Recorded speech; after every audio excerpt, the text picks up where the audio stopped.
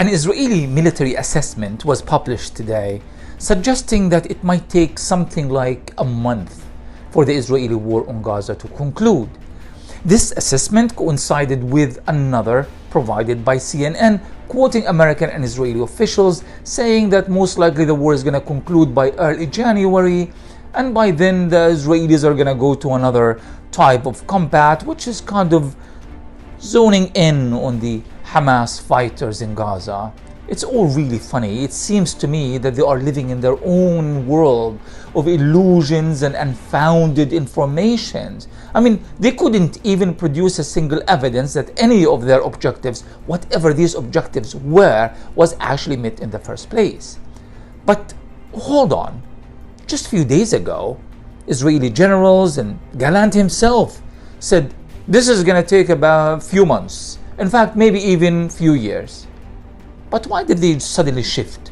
Few years to few weeks? That doesn't make sense. Well, it kind of does.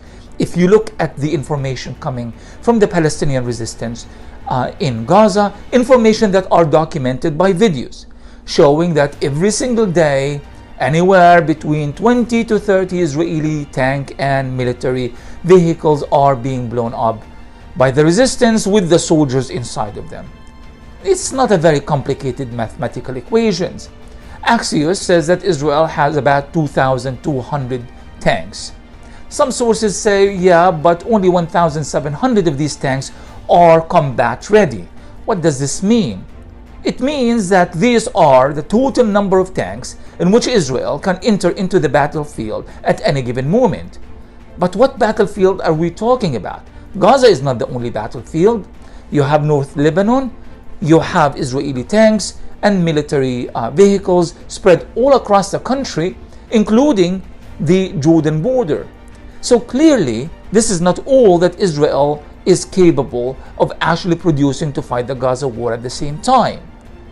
If you add the number of Israeli military tanks and vehicles that have been destroyed since the start of the war, you're looking at anywhere between 400 to 500, according to the estimations of the resistance, again documented by videos and not denied by Israel whatsoever. So you are here looking more or less at about a third of all Israeli tanks destroyed in Gaza, but also in Lebanon. They've already blown up many of these tanks. We know that Israel is struggling in terms of military hardware because all of the Merkava deals to Europe were cancelled. They were all cancelled. They could not produce any Merkavas for exports. In fact, they are bringing Merkava 3 and 2 back to the battlefield from the museum.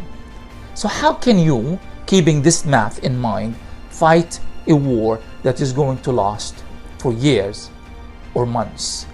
From a mathematical point of view, it is simply impossible. Unless, of course, America and Britain and France and all of their lackeys come to fight against tiny, tiny little Gaza. So, no, Israel cannot fight a war that is going to last for months. In fact, I even think the next few weeks would be quite challenging for Israel to maintain its military operations in the Gaza Strip.